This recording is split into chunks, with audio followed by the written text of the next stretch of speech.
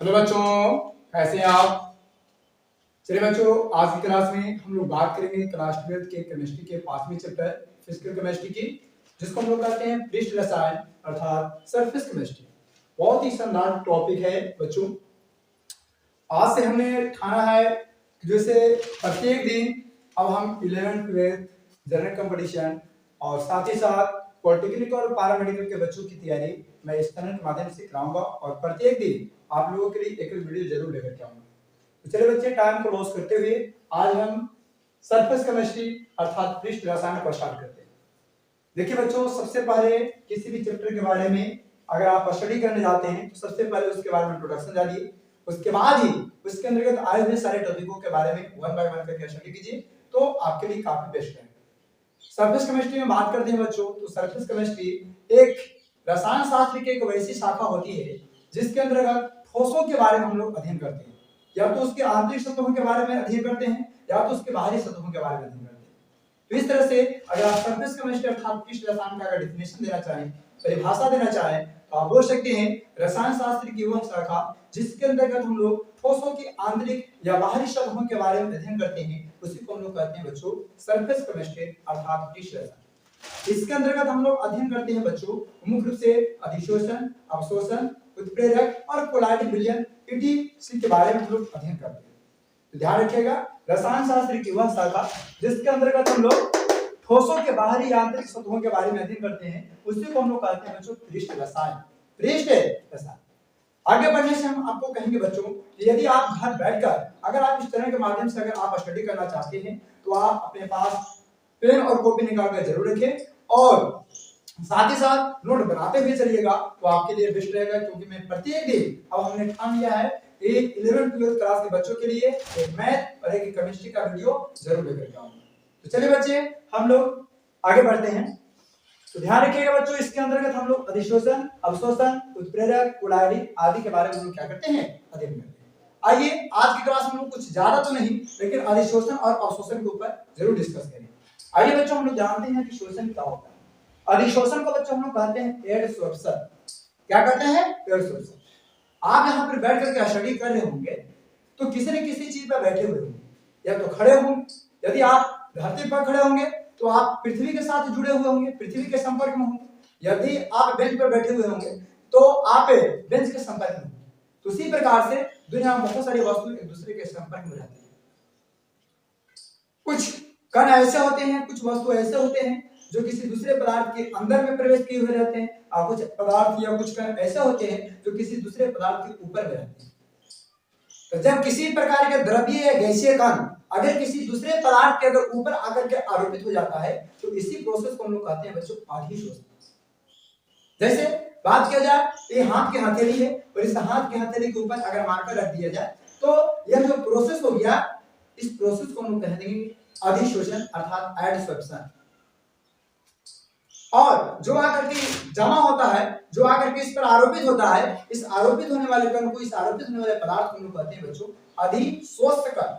और जिसके ऊपर आकर के आरोपित होता है, यानी हाथ के हथेली पे आकर के आरोपित हुआ अगर मार्कर, तो हाथ के हथेली को हम लोग कहेंगे बच्चों अधिशोषक। क्या कहेंगे, अधिशोषक। अधिशोष्य कण को हम लोग कहते हैं एडजोर्बेट और अधिशोषक को कहते हैं एडजोर्बेंट। देखो एड है वो एंड, जिस प्रकार से आप लोग पढ़े होंगे सेकंड चैप्टर में सॉल्यूट और सॉल्वेंट मिलकर के बनता है सॉल्यूशन, समझो। तो उसी प्रकार से एडजोर्बेट और एडजोर्बेट दोनों मिलता है, आगे बनता है एडसोर्प्शन। यानी अगर अधिशोषण के बारे में जानना चाहे तो आप सिंपल लैंग्वेज में उसको डेफिनेशन दे सकते हैं। जब किसी ठोस के बाहरी सतह पर, जब किसी ठोस के बाहरी सतह पर कोई द्रव्य या गैसीय कण अगर आरोपित होता है तो यह प्रक्रिया क्या कहलाता है बच्चों, अधिशोषण कहलाता है। और अधिशोषण की प्रक्रिया में आरोपित होने वाले कण को, यानी ऊपर से जो आकर के इकट्ठा होता है, जमा होता है, उस कण को हम लोग कहते हैं बच्चों अधिशोष अर्थात एडजोर्बेट कहते हैं। और जिसके ऊपर आकर के जमा हो जाता है उसको हम लोग अधिशोषक अर्थात एडजोर्बेंट कहते हैं। तो बहुत ही सिंपल है, सारा भली भांति समझ गए होंगे कि किसको कहा जाता है अधिशोष और किसको कहा जाता है अधिशोषक और किसको कहा जाता है अधिशोषक। तो फिर से एक बार रिपीट कर लेते हैं। अधिशोष जो होता है ना, वो आरोपित होने वाला कण होता है, एडजोर्बेंट होता है वो जिसके ऊपर आरोपित होता है वो होता है, और दोनों मिलकर के जो प्रोसेस बनता है उस प्रोसेस को हम लोग कहते हैं बच्चों एडिसोर्प्शन अर्थात अधिशोषण। तो इसलिए एडिसोर्प्शन का हम लोग परिभाषा देते हैं कि जब किसी ठोस के बाहरी सतह पर कोई द्रव्य या गैसीय कण आरोपित होता है तो यह प्रक्रिया क्या कहलाता है बच्चों, अधिशोषण कहलाता है। अब प्रश्न उठता है कि कौन कौन से कण आकर के आरोपित होते हैं, तो बहुत प्रकार के कण आरोपित हो सकते हैं किसी ठोस की बाहरी सतह पर। बात की जाए तो ये आकर के आरोपित हो सकता है। पेंट भी, अगर आप लकड़ी के वस्तुओं को, लकड़ी के कमाने को या लकड़ी के टेबल को या कुर्सी को या बेंच को, किसी भी प्रकार की वस्तुओं को अगर आप पेंट करते होंगे या लोहा के बनी हुई वस्तुओं को, तो पेंट जो होता है उसके ऊपर चढ़ जाता है, तो पेंट क्या हो गया, अधिशोषण हो गया। और जिसके ऊपर आकर के जमा हुआ उसको हम लोग कहेंगे एब्जॉर्बेंट अर्थात अधिशोषक कहेंगे। उसी प्रकार से इंक भी अधिशोष का काम करता है, पेंट भी काम करता है, ऑक्सीजन, हीलियम, सल्फर डाइऑक्साइड ये सारे कण भी किसका काम करते हैं, अधिशोष का काम करते हैं, अर्थात एब्जॉर्बेंट का काम करते हैं। देखिए चित्र के माध्यम से भी आपको समझ में आ रहा होगा कि एक ठोस है, ऐसे ठोस के ऊपर बहुत सारे कण क्या हुआ है, इकट्ठा आकर के हो गया है, यानी आरोपित हो गया। तो जब किसी ठोस के ऊपर अगर बाहर से अगर कोई कण आकर के इकट्ठा होता है तो ऊपर वाले जो कण होता है उसको हम लोग कहते हैं अधिशोषक कण, और जो नीचे वाला जो ठोस होता है इस ठोस को हम लोग कहते हैं बच्चों अधिशोषक। क्या कहते हैं बच्चों, अधिशोषक। तो शायद आप भली बातें समझ गए होंगे क्या होता है अधिशोष, क्या होता है अधिशोषक और क्या होता है अधिशोषक। जिस तरह से आपने अधिशोष और अधिशोषक के बारे में जाना, उसी के तरह आपको आगे जानना है अवशोषण के बारे में। लेकिन इसके बारे में जानने से पहले आप थोड़ा सा और कुछ एग्जांपल की चर्चा कर लेते हैं अधिशोषण के। कौन सी एग्जांपल बताओ, अधिशोषण। तो देखिए अधिशोषण में बहुत सारे एग्जांपल है। आप अगर कहीं पे बैठे होंगे तो आपके माध्यम से भी अधिशोषण का प्रोसेस हो रहा है। तो उसी प्रकार से चौक या खल्ली को अगर इंक में अल्प समय के लिए थोड़ा बहुत समय के लिए डालते हैं, किसी प्रकार के चौक को डालिए, चाहे ब्लू वाला व्हाइट वाला को डालिए या येलो वाला को डालिए, तो अगर इंक में डालिएगा थोड़ी समय के लिए तो उसका कलर, उस इंक का जो कलर होता है ना उस चौक के ऊपर में चढ़ जाता है, यानी उसके ऊपर में आरोपित हो जाता है। इसके कारण उस प्रोसेस को हम लोग कहेंगे अधिशोषण, है ना। चढ़ जाना के मतलब नेगेटिव मत समझिएगा।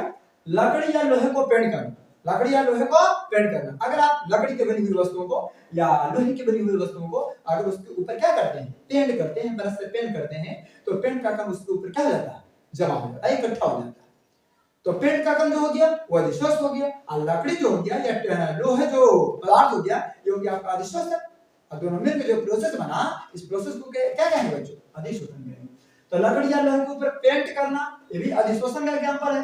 बेंच पर धूल कंगा बैठना, अगर काफी दिनों तक अगर बेंच क्लास में से पड़ी हो जाती है, देखिए होलिका 3 दिन छुट्टी कर दी है ना, तो क्या इस क्लासरूम में जो बेंच है क्या इस बेंच पर जो है धूल कण आकर के जमा नहीं होगा, बिल्कुल जमा होगा। तो जब किसी प्रकार का धूल कण अगर किसी बेंच पर या किसी भी सतहों पर अगर आकर के आरोपित हो जाता है तो इस प्रोसेस को कहेंगे अधिशोषण। और लास्ट में बता दिए पानी को पत्थर पर डालना, अगर पानी को अगर पत्थर पर डाल लेते हैं तो पानी उसके अंदर नहीं जाकर घुस जाता, पानी जो है पत्थर के ऊपर ही रहता है, थोड़े समय के लिए भीगा हुआ रहेगा, लेकिन कुछ समय के बाद जब हीट उसके ऊपर पड़ेगी तो जिसके कारण पत्थर का पानी क्या हो जाता है, सूख जाता है, फिर जंग अवस्था में जाता है। याद रखिएगा पानी को पत्थर पर डालने किसका एग्जांपल होता है, अधिशोषण का एग्जांपल। तो जिस तरह से बच्चे हम लोगों ने समझा अधिशोष के बारे में, अधिशोषण के बारे में, अधिशोषण के बारे में, उसी तरह से अब हम लोग को जाना है अवशोषण, है ना। बड़ा ही आसान होता है। अवशोषण को हम लोग बच्चों कहते हैं अब्सॉर्प्शन। क्या कहते हैं बच्चों, अब्सॉर्प्शन। तो जिस प्रकार से अधिशोषण में क्या होता था, जब किसी ठोस पदार्थ के का बाहरी सतह पर आकर के आरोपित होता था तो उसको हम लोग कहते थे अधिशोषण। तो उसी प्रकार से बच्चों अगर किसी प्रकार के अगर द्रव्य या गैसीय कण अगर किसी ठोस के अगर अंदर प्रवेश कर जाते हैं तो इस प्रोसेस को कहते हैं अवशोषण। जैसे जब किसी ठोस के आंतरिक सतह पर, आंतरिक मतलब अंदर वाली सतहों पर अगर किसी प्रकार के द्रव्य या गैसीय कण अगर आकर आरोपित हो जाता है तो यह प्रक्रिया क्या कहलाता है बच्चों, अवशोषण कहलाता है।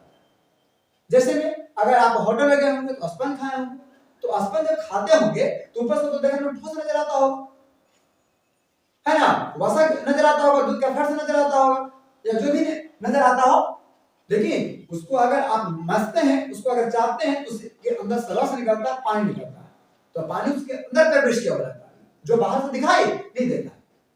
तो जब किसी प्रकार के अगर द्रव्य या गैसीय कण अगर किसी ठोस के अगर अंदर आकर के आरोपित हो जाता है ना बच्चों, इसी को कहेंगे हम लोग क्या चीज, अवशोषण।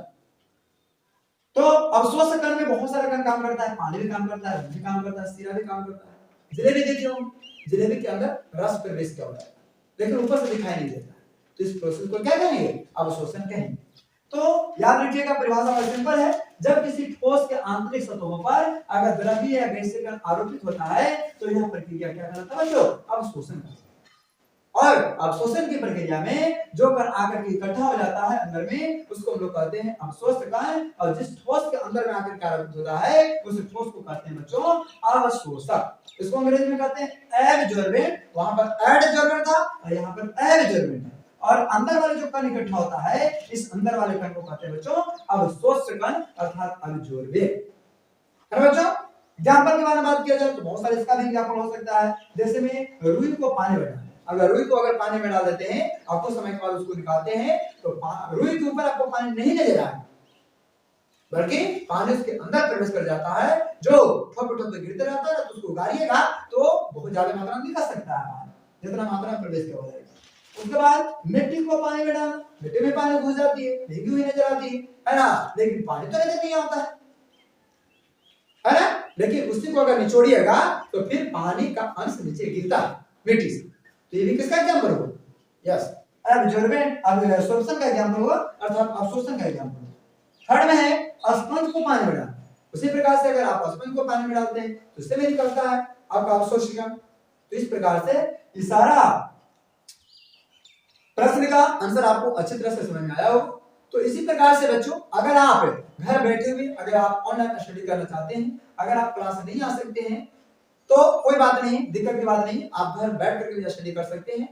और इसी तरह की अगर वीडियो आप घर बैठे हुए अगर प्राप्त करना चाहते हैं तो आप हमारे टेलीग्राम चैनल के माध्यम से जुड़ जाइए। इस वीडियो के नीचे आपका टेलीग्राम चैनल का लिंक दिया होगा, वहां पर जितने भी क्लास में पढ़ाई जाएगी टॉपिक, उन सारे टॉपिकों का वहां पर नोट्स भी पहुंचा दी जाएगी। साथ ही साथ अगर टेलीग्राम के माध्यम से जुड़ते हैं तो हर चैप्टर समाप्त होने के बाद आपको एक टेस्ट भी दिया जाएगा।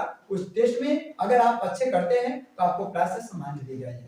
तो चलिए बच्चों, इसी प्रकार के अगर आप हमेशा अपने घर पर वीडियो पहुंचाना चाहते हैं, पहुंचाना चाहते हैं तो आप इस चैनल को लाइक सब्सक्राइब और शेयर करना ना भूलें। चलिए आज की क्लास समाप्त करते हैं। जय हिंद, जय भारत।